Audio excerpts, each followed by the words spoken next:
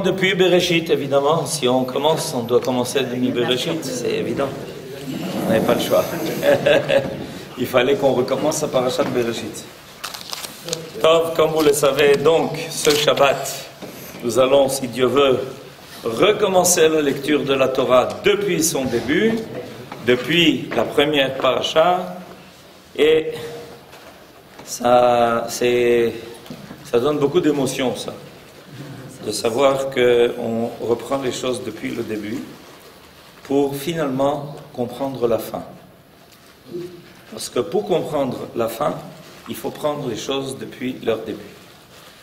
Alors, aujourd'hui, on va se centrer sur l'histoire de ces deux frères qui nous est rapportée dès le début de la généalogie humaine, l'histoire de Caïn et de Hével, qui nous concerne évidemment parce que depuis l'histoire de frères qui ne s'entendent pas tellement est une histoire qui ne s'est pas terminée. Alors, lisons les psukim. Ve'adam yada et chava ishto, vatahar vateled et Caïn, vatomer kaniti ish et Adonai. ותוסף ללדת את אחיו, את הבל, ויהי הבל רועה צאן, וקין היה עובד אדמה. ויהי מקץ ימים, ויבא קין מפרי האדמה, מנחה לאדוני. והבל הביא גם הוא מבכורות צאנו ומחלביהן, וישע אדוני אל הבל ואל מנחתו, ואל קין ואל מנחתו לא שעה, וייחר לקין מאוד, ויפלו פניו. Donc, l'homme connut sa femme, Chava, enfanta Caïn, en disant « j'ai fait naître un homme ». Ensuite, elle enfanta à nouveau, cette fois-ci, son frère Hevel. Hevel, lui, devint berger. Et Caïn, lui, cultiva la terre. Au bout d'un certain temps, Caïn présenta du produit de la terre une offre au Seigneur. Alors, ce qui va nous interpeller, c'est précisément le début du Pasuk Gimel, du verset 3. Vayehi miketz yamim. Vayehi miketz yamim. Traduction au bout d'un certain temps. Il faut essayer de trouver le rapport entre au bout d'un certain temps, Vayehi miketz yamim. Cette expression Vayehi miketz yamim, évidemment, nous interpelle. Parce que en fait, ce que ça veut dire littéralement, quand les jours se terminèrent. Or, de quel jour s'agit-il ? Qu'est-ce qui s'est passé entre-temps? Pourquoi il était important de commencer le verset par cette expression Vayi miketz yamim. Alors, c'est comme lorsqu'on fait une rédaction, évidemment, il faut introduire les choses. Ça, c'est vrai pour les rédactions, mais pas pour la Torah. Qu'est-ce que la Torah a voulu nous dire en nous parlant de Vayi miketz yamim? Si ces mots n'avaient pas été écrits, a priori, on aurait exactement compris la même chose. Vayave Caïn mipri à Adama, mincha l'Adonai. Dans le verset Bet, il est marqué que Caïn était Oved Adama, c'était un agriculteur. Le verset d'après nous dit donc qu'il a amené les fruits de la terre. C'est tout. Vayave Caïn mipri à Adama. Mincha l'Adonai, en offrande à Dieu. À Dieu. Pourquoi est-ce qu'il était nécessaire de commencer ce verset? Vayehi miketz yamim. Miketz shel elu yamim. Voilà. Alors, prenons le commentaire du Rav Munk. Il amena des fruits de la terre. Caïn amena des fruits de la terre. Ce qui paraît tout à fait logique, puisque c'était son métier. C'est ce qui est marqué dans le verset Bet. Vekaïn haya oved adama. Donc s'il est oved adama, qu'est-ce qu'il va amener si ce n'est pas les fruits de la terre? C'est ce qu'il fait. On est bien d'accord? Alors, a priori, donc tout ce verset-là le verset Gimel, qui paraît tout à fait anodin, est un verset qui n'arrête pas de nous interpeller. Dans la première partie du verset, Ketzayamim, on ne sait pas de quoi il s'agit. Ensuite, on nous dit qu'il a amené les fruits de la terre en offrande à Hachem, ce qui paraît tout à fait évident, puisque c'est exactement ce qu'il fait dans sa vie. Nous dit le Rav Munk la chose suivante, au sens de des fruits quelconques de la terre. Alors, comment on est arrivé à cette conclusion qu'il s'agit de fruits quelconques? Réponse, parce que si tu es venu nous dire que celui qui s'occupe de travailler la terre amène des produits de la terre, tu aurais reçu une mauvaise note. Parce que celui qui travaille la terre amène les fruits de la terre. Qu'est-ce qu'on attend donc? Qu'est-ce qu'on aurait dû en fait entendre dans ce verset? Qu'est-ce que Caïn a choisi de tous les produits de la terre qu'il est en train de travailler? En fait, on aurait voulu entendre, savoir de tout son travail de la terre, quel est le produit précis que Caïn a choisi d'amener en offrande à Akadosh Baruch Hu.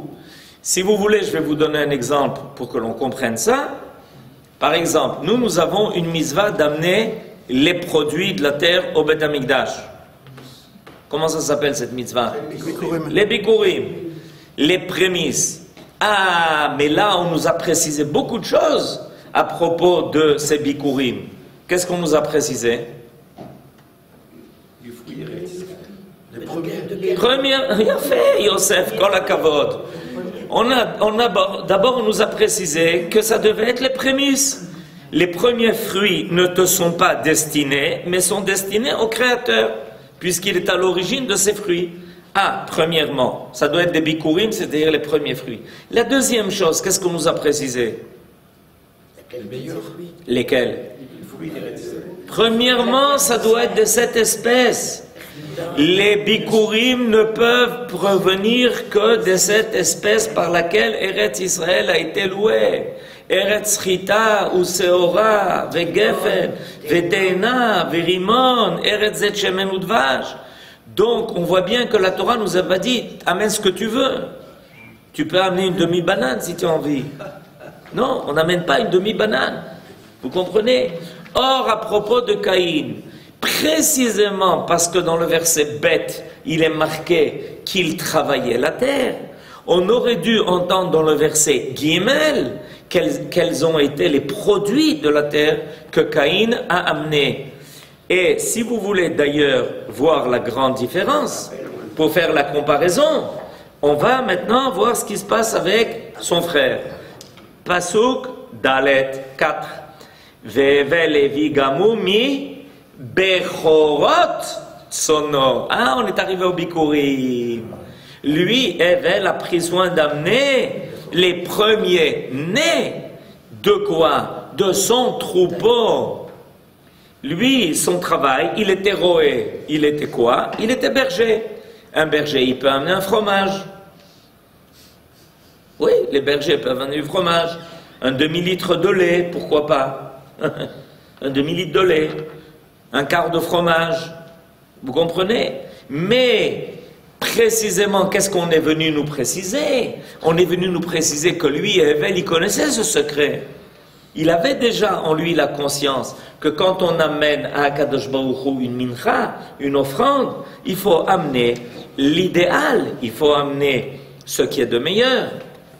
Ok, alors on continue. Mais ça n'a pas expliqué Rav Miketz Yamim. C'est quoi? On n'a pas encore parlé de ça. Ah, il a fait. N'oubliez pas la question. On va y arriver. J'ai fait une allusion à ça au début du cours.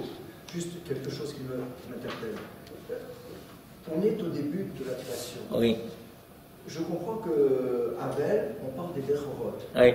Bikurim. Oui. Mais pourquoi pense-t-on que Caïn n'avait peut-être pas la connaissance de tous ces... Dis-le.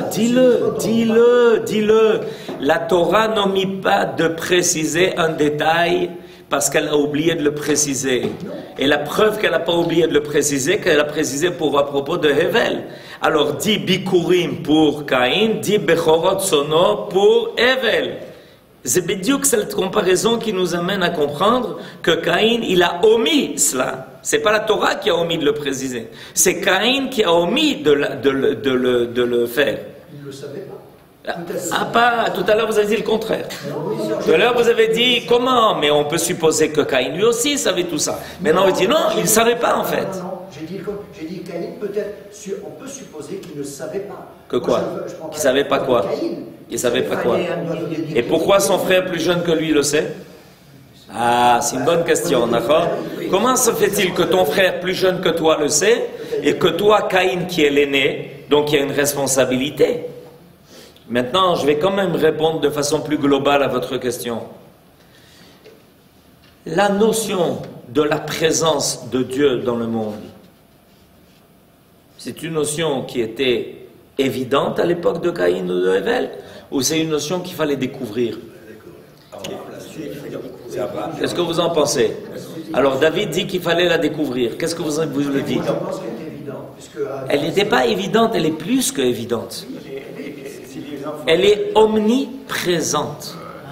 La présence de Dieu dans le monde est omniprésente. On est au début de la création. On ne s'est pas éloigné de l'apparition du Créateur dans le cadre de sa création. J'explique. C'est très important de comprendre ça. En réalité, quand on parle de Yeridat Adorot, ça veut dire quoi Yeridat Adorot? Ça veut dire qu'il y a une baisse dans les générations. Mais de quoi elle vient cette baisse-là? Qu'est-ce qui fait que les générations, plus elles avancent, et puis il y a quelque chose qui devient moins évident? Réponse, parce que c'était évident. Parce que au début de la création savait reconnaître le Créateur. Il n'y avait pas d'erreur. Il n'y avait pas un espace de temps entre le Créateur et la créature. Adam Arishon, il ne s'est pas trompé, il n'a pas été cherché, il n'a pas fait des recherches sur son père et sur sa mère.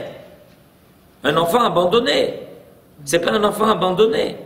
Vous comprenez? Ce n'est pas l'enfant qu'on a adopté et qui va essayer de retrouver son père et sa mère. Ce n'est pas de ça qu'il s'agit. La présence de Dieu est évidente. Or, si la présence de Dieu est évidente, comment se fait-il? Ce qui est étonnant, en fait, c'est pas Hevel, c'est Caïn. Lui, le fait que Hevel amène Bechorot Tsona, ça fait partie de l'évidence. Si ton père te demande un verre d'eau, tu vas pas lui chercher un verre d'eau qui est resté dans un verre depuis 4 jours. Tu vas lui donner de l'eau fraîche. Tu vas lui donner la meilleure chose possible. Sinon, tu n'as rien compris. Oui. Vous vouliez dire quelque chose? Ce que je disais, c'est que le Créateur et la création, mais c'est la même chose. Non, c'est pas la même chose. Non, c'est pas la même chose. Le Créateur, il faut faire attention, le Créateur, c'est le Créateur, la création, c'est la création. Seulement, il y a une création qui rend opaque la présence divine dans le monde. Il y a au contraire une création, une créature qui rend évident la présence divine dans le monde. Ce que Abraham a fait, le travail extraordinaire qu'il a fait, c'est qu'après 2000 ans d'histoire, où la création, les créatures se sont attelées à rendre opaque la présence divine dans le monde, Abraham l'a fait réapparaître dans toute sa grandeur, dans toute sa force. C'est ça le travail d'Abraham. En réalité, Abraham nous a ramenés à la situation que l'on a connue à l'époque de Adam Arishon. Mais c'est évident, c'est clair. Seulement, Abraham a dû faire un chemin, il a dû faire un parcours. Pourquoi? Parce qu'il a dû récupérer 2000 ans d'errance. Au sens simple et au sens figuré. La civilisation humaine a erré. Il s'est retrouvé à Ur-Kasdim, avec des gens qui se livrent à l'idolâtrie parce qu'ils cherchent Dieu. Et ils pensent le trouver dans des idoles de 10 cm de hauteur. Zéro. Il a fait ce travail. Et il a réussi à faire réapparaître la présence de Dieu dans le monde. D'où on le sait. D'où on le sait que Abraham a réussi à faire réapparaître la présence de Dieu dans le monde. Ah, vous ne savez pas? Ben, il lui a parlé, il a fait Chazak ou Baruch. Comment commence l'histoire d'Abraham pour nous au début de la parashat Lech Lecha? Parce que Dieu parle. À qui Dieu parle? À nous, à tout le monde. Le monde entier entend la voix de Dieu à travers les oreilles d'Abraham. Les oreilles sont les oreilles d'Abraham. Le cœur est le cœur d'Abraham.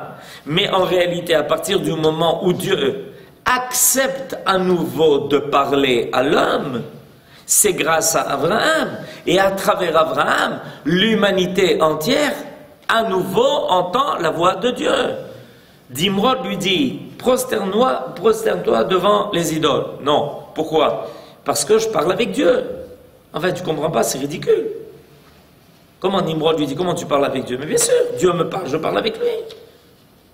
Et il réinsère la présence de Dieu dans le monde. Abraham réinsère la présence de Dieu dans le monde.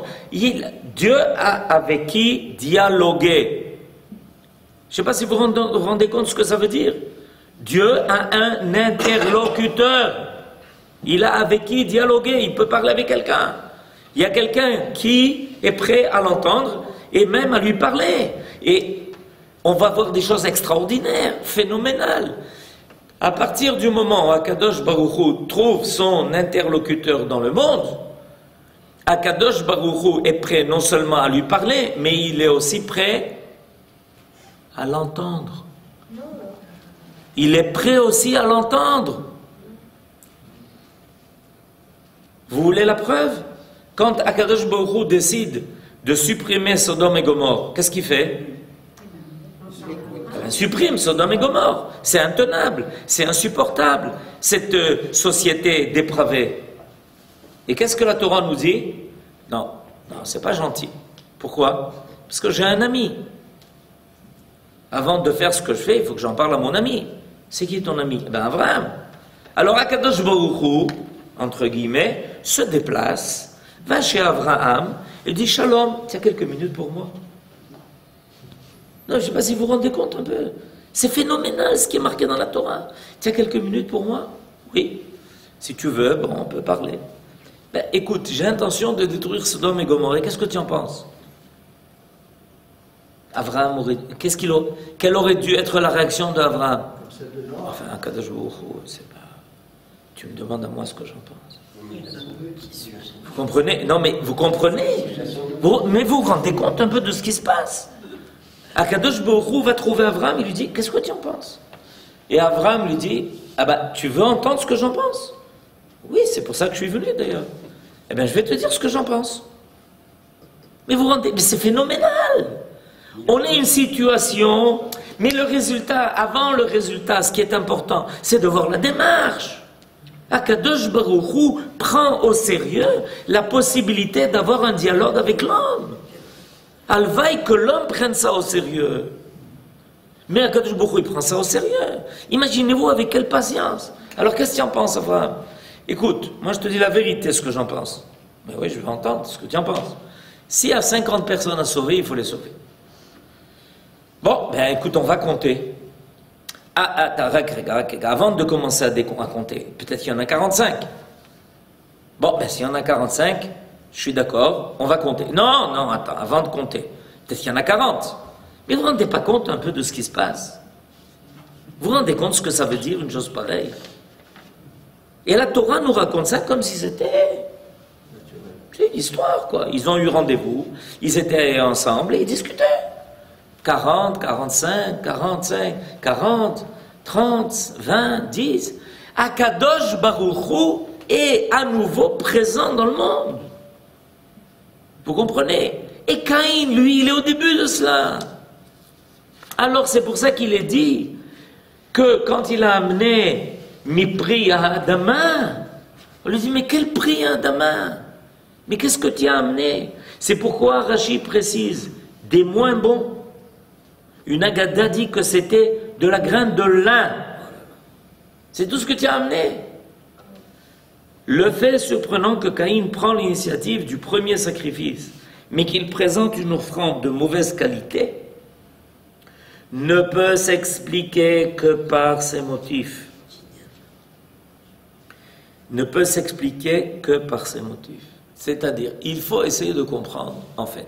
Ce que le Rav Munk va nous amener à comprendre maintenant, c'est qu'il y a quelque chose qui est tellement paradoxal qu'il faut essayer de comprendre qu'est-ce qui se passe chez cet homme qui, pour la première fois, est né. Caïn est le premier homme né. Il n'y a pas eu de lui, avant lui, quelqu'un qui est né. Il y a eu avant lui des êtres qui ont été créés. Mais il est le premier homme né. Il y a eu pour la première fois un accouchement dans le monde. Et Chava a accouché du premier homme né, qui s'appelle Caïn. Ce que le Rav Munk veut nous dire, mais comment comment une chose qui était tellement évidente, elle était tellement évidente que lui, Havel, ne s'est pas trompé. Il a tout de suite amené Mi Bechorot Sono. Comment se fait-il que lui, Caïn, qui a précédé, maintenant je vais expliquer, il n'a pas précédé seulement dans l'histoire, Havel, il a précédé dans la prise de conscience qu'il y a un Dieu dans le monde. Caïn est plus grand que Havel. Il est plus grand que Havel. C'est un personnage plus important que Havel. Il a précédé Havel. Il est beaucoup plus proche de la prise de conscience qu'il y a un Dieu dans le monde. Et il y a à cela une preuve évidente. C'est lui qui a amené le premier sacrifice. C'est lui qui a pris cette initiative. Donc c'était évident pour lui qu'il fallait reconnaître la présence du Créateur. Alors comment se fait-il que toi, Caïn, qui est plus grand que Havel, tu fais une chose qui est plus petite que lui? Voilà la grande question. Voilà la grande question. C'est là la question qui se pose. Qu'est-ce qui s'est passé? Pourquoi Caïn, qui est beaucoup plus conscient que Havel de la présence de Dieu dans le monde, fait beaucoup moins que Havel, précisément au niveau de ce qu'il va apporter. Il prend l'initiative d'amener un sacrifice, un korban, mais il amène une chose dérisoire. Voilà, c'est ça le problème. Alors qu'est-ce qui nous est dit? Or, nous connaissons l'esprit matérialiste de Caïn, par ce qui a déjà été exposé de son caractère, de sa vocation. Le Midrash rapporte sa discussion avec son frère Havel, au cours de laquelle il affirmait, Caïn affirmait, il n'y a ni juge, ni justice, ni monde futur, ni récompense pour les justes, et châtiment pour les impies, et l'amour ne réagit pas le monde. Et l'amour ne régit pas le monde. Voilà d'après le Targum Yonatan, voilà ce que Caïn a dit à son frère. En d'autres termes, ils ont une belle discussion philosophique. Nous voyons les résultats de leur prise de position.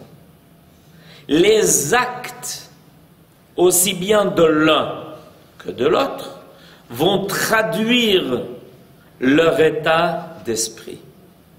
À travers leur façon d'agir, on doit repérer en fait quel était leur état d'esprit. On retrouve le parallèle avec Esav et On retrouve la même façon d'être avec Esav. Nachon, Yafé. C'est une histoire qui va ensuite se répéter. D'ailleurs, il va y avoir dans le monde des couples. Mais tard, il va y avoir dans le monde des couples où chacun va représenter quelque chose et son opposé. Voilà la prise de position de Caïn. La prise de position de Caïn, elle est fondamentale. Elle est à ce niveau-là. Le Zohar, cependant, nous découvre davantage la pensée intime de Caïn. C'est-à-dire qu'en réalité, petit à petit, il faut rentrer dans le personnage. Il faut commencer à comprendre. S'il a agi d'une telle façon, c'est pas parce qu'il était bête, c'est parce qu'il était intelligent et qu'il était en train de traduire par des actes. C'est pour ça que la Torah nous précise, nous donne des détails sur leur agissement, pour que nous comprenions à travers leurs actes et leurs agissements, nous comprenons qu'il y a une philosophie ici qui est en train de se dégager dans le monde. Alors, sur quoi le Zohar attire notre attention? Vayehi miketz yamim. Ce fut, comme on traduit généralement, au bout d'un certain temps. Voilà ce qui est traduit. Mais cette expression se distingue par l'écriture de Yamim de toutes semblables, de celles toutes semblables, employées à la fin du livre de Daniel. À la fin du livre de Daniel, il est marqué Miketz Ayamin. Et vous remarquez que dans Yigdal Elohim Chai, il y a en fait deux girsaot. Il y a deux versions. Vous connaissez Yigdal Elohim Chai? Regardez à la fin de Yigdal Elohim Chai, vous verrez. Il y a des endroits où il y a marqué, comment c'est déjà là? Voilà, j'ai un sidour ici. Et il y a Miketz Yamim et là Miketz Ayamin. Maintenant, évidemment, on pense que c'est une toute petite différence entre le même et le Nun. C'est pas une grande différence.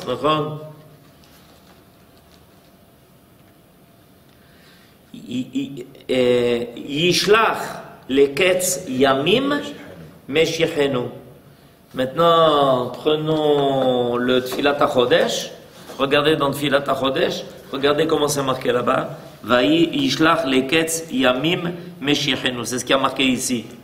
Et regarde, on va voir tout de suite dans Tfilat HaChodesh. Dans le livre de Daniel, donc dans le Tanakh, l'expression est miketz yamin. Toda rabba. Zakou baruch.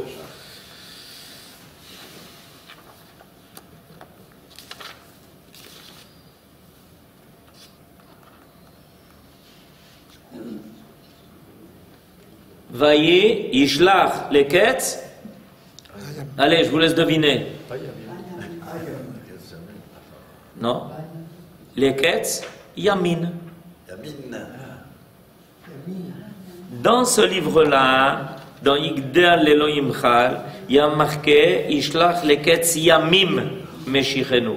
C'est l'expression qui est employée ici dans la Torah. Vayi, Miketz, Yamim. Mais dans le livre de Daniel, il y a marqué Leketz Hayamin. Miketz Hayamin. Hayamin. Et c'est ce que Tfilat HaChodesh amène dans le texte original de Yigdal Elohim Chai. Quelle est la différence entre Miketz Yamim et Miketz Hayamin? Hein? Ah, vous dites que c'est l'araméen. Mais le mot yamin en hébreu, il existe aussi, Abraham. Et il veut dire quoi? Il veut dire la droite. Il veut dire la droite. Alors, regardez ce que nous dit maintenant le Rav Munk. Celle-ci fait allusion à la résurrection des morts et signifie, comme Rachid l'explique, la fin où la main droite de Dieu triomphera. Par contre, le terme Miketz Yamim dans notre verset signifie au sens textuel la fin des jours. La fin des jours. Ketz Yamim. Vayei Miketz Yamim. À la fin des jours. Alors que le texte de Daniel qui parle du temps de la Géoula parle de Ketz Yamin. Le temps à la fin où se révélera la main de Dieu, la main droite. Yemin Hashem Romema, Yemin Hashem Osachail, qu'on a lu dans le Hallel pendant 8 jours à Sukkot. Caïn offrit son sacrifice en pensant à la fin des jours, c'est-à-dire à la mort. Ne croyant pas à la vie du monde futur, ni à la résurrection des morts, il ressentait la terreur du néant. C'est pas un philosophe? Et éprouvait la crainte des forces occultes qui menaçaient sa vie et ses biens. Vous vous rappelez ce que dit Esav à Yaakov? Ine anochi oler lamut velamali ze bechora. Quand Yaakov lui dit, est-ce que tu es prêt à me vendre ton aînesse? Réponse de Esav, mais bien sûr, à quoi ça sert? Pourquoi? Parce que je vais mourir. Chidouche extraordinaire. Imaginez-vous que Esav révèle au monde que les hommes finissent par mourir. Mais ça, Caïn ne le savait pas. C'est un chidouche, non? Que les hommes finissent par mourir, c'est un chidouche, non? Pour Caïn, c'est une découverte phénoménale de Esav qui nous raconte cette histoire. Mais en réalité, Esav il dit beaucoup plus que ça.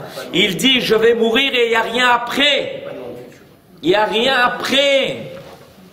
Donc à quoi ça va me servir cette aînesse? Nos sages nous disent que là, Esav est devenu un kofer. Il est devenu un hérétique. Quand il dit Anochi olech lamut velamazel li bechora, il a méprisé l'aînesse parce qu'il dit mais l'aînesse ça sert à rien. L'aînesse c'est servir à Kadosh Baruch Hu comme un aîné et ça amène des mérites, mais ces mérites n'aboutissent à rien.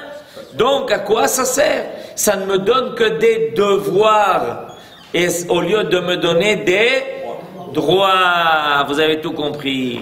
Ça me donne des devoirs et ça ne me donne pas de droits. Dans ces cas-là, pourquoi il donne? Il offre ce mincha. Qui ça? Caïn. Ah, top. Alors on va terminer, d'accord? C'est pour quêter leur faveur, réponse. C'est pour quêter leur faveur de ses forces qui se trouvent dans le monde quand même, qu'il offrit son sacrifice, sans se croire obligé pour autant de faire acte d'une grande générosité, puisqu'il s'agit avant tout d'un accommodement. En réalité, Caïn ne pense pas que toute sa vie est dirigée par la providence divine. Alors il faut s'acquitter d'un devoir. Ok? Il faut s'acquitter d'un devoir. On s'acquitte d'un devoir en essayant de minimiser. Rabbi Chaim Luzzatto, au début de Mesilat Yesharim, dans son premier chapitre, dit que le but de la vie, c'est la chassidoute. Pas la chassidoute de truc. Pas la chassidoute. Pas être habillé comme. D'accord? La chassidoute. La chassidoute, ça veut dire quoi? Ça veut dire servir Dieu non pas par nécessité, mais par volonté. Voilà la grande différence. Si tu sers Dieu par nécessité, tu essayes de t'en sortir avec le minimum possible. Tu fais ce que tu dois faire et ne m'en demande pas plus. Si tu as décidé d'être un chassid, tu veux véritablement, sans arrêt, prouver ton attachement à Kadosh Baruch Hu. Alors c'est pas pour toi un pot et un fardeau, un poids et un fardeau et lourd à porter. Au contraire, tu as des ailes pour le faire. Ça s'appelle être un chassid.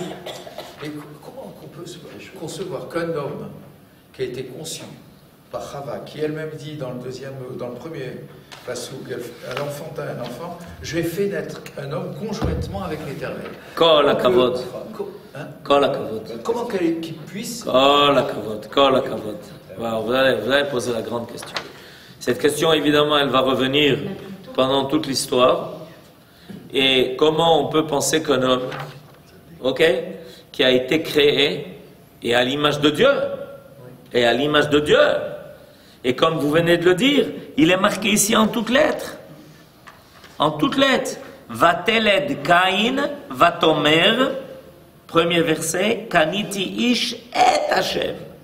J'ai fait naître un enfant conjointement avec l'Éternel. C'est-à-dire, on est associés. Comment on peut arriver à une chose pareille? Je peux rajouter une chose. Le verset 3, il dit que Caïn il a offert son offrande à Kadosh Baruch Hu, à Hachem. Il n'y a pas écrit qu'il donna des forces occultes. C'est bien Hachem qui le... Mincha Hachem. Mincha Hachem, ça veut dire une offrande à Kadosh Baruch Hu. Nachon. Alors, ça, c'est pour ça que j'ai quand même dit que Baruch, que Caïn, il veut remplir son devoir envers Kadosh Baruch Hu. Mais pas comme quelqu'un qui se sent tenu de tout devoir à Kadosh Baruch Hu. Quand on amène des prémices, quand on amène les premiers-nés, on veut dire par là, en réalité, tout appartient à Kadosh Baruch Hu. C'est pour ça que la première chose qui apparaît est ta Torah. Le reste devrait suivre. Seulement, tu me l'as donné pour que je puisse vivre. La réponse à votre question, Yosef, est une réponse très importante. En réalité, Dieu a tellement investi en l'homme qu'à un moment donné, l'homme finit par se prendre pour Dieu. Et d'ailleurs, il y a 2000 ans de cela, il a été jusqu'au bout. Il s'est déclaré carrément le seul Dieu. Vous comprenez, il y a quelque chose, il faut comprendre.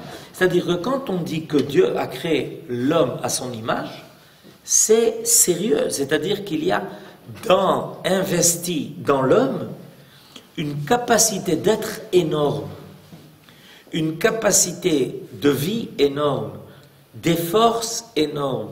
Caïn est un homme extrêmement élevé, extrêmement fort, à tel point que finalement, dans le monde, il se sent au centre de tout. Zéro. Et ça risque précisément de faire déraper la pensée humaine.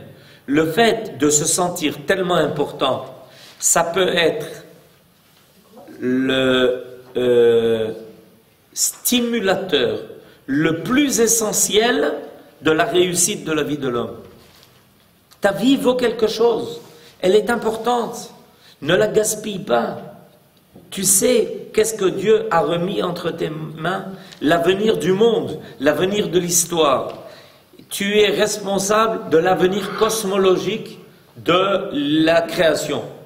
Mais ça peut faire basculer l'homme aussi dans un terrain qui est très glissant, en disant, mais si je suis tellement important, peut-être que je suis très important. Hachem a pris un risque en marquant dans le Passouk Naaseh Adam. Nachon, il a pris le risque, il assume d'ailleurs ces risques. Kadosh Baruch Hu, il est capable d'assumer cela. Finalement, il faut donc une modestie énorme. Cette modestie, c'est ce qui va apparaître ensuite de façon permanente chez toutes les grandes figures qui ont été à l'origine du peuple d'Israël. Quand on parle de nos ancêtres, des Avot, Avraham, Yitzhak, Yaakov, quand on parle de Moshe Rabbeinu, quand on parle de David HaMelech, qu'est-ce qu'on dit d'eux? On parle de leur modestie. De toutes les qualités qui sont invoquées, Ve'ayish Moshe Anav Mikol Adam. David HaMelech, il écrit un verset dans Teilim, Anochi Tolarat Veloish. Je suis un ver de terre, je ne suis même pas un homme. C'est-à-dire que finalement, on voit qu'ils ont très bien compris que Akadosh Baruch Hu a remis l'avenir du monde entre leurs mains, et c'est pour ça que la première chose qui doit accompagner cette prise de responsabilité vis-à-vis de Dieu, c'est la modestie qui fait que tout ce que l'on fait, c'est en ton nom, mais c'est pas seulement en ton nom, c'est par ta force à toi. C'est qu'on a été investi de ta force à toi, qui est une force divine, et en réalité, nous ne sommes pas à l'origine de cela. Et c'est pour ça qu'ils ont été capables de faire de très grandes choses, parce que ce qui les anime, c'est pas une force humaine, mais c'est une force divine. Et ça, c'est bidiouk le inyan. Est-ce que, quand un homme agit, il sent qu'il est tellement homme qu'il occupe toute la place sur terre, ou est-ce qu'il comprend qu'il est le fidèle serviteur de Dieu sur terre et que grâce à lui, Dieu peut apparaître sur terre? Voilà. Une dernière question, Rav. Est-ce que le libre arbitre existait déjà au début de la création? Le libre arbitre existait depuis le début de la création. La meilleure preuve, la faute de Adam, Arishon et de Chava. Sans libre arbitre, il n'y aurait jamais eu de faute. On ne peut pas fauter sans libre arbitre. Parce que Dieu savait quand même que Caïn... Dieu savait tout. Mais l'histoire que Dieu savait les choses, ça c'est une autre histoire. Dieu savait tout, mais ça n'a rien à voir avec la possibilité du libre arbitre chez l'homme. La meilleure preuve, c'est qu'avant Caïn, déjà Adam avait fauté. Shabbat Shalom.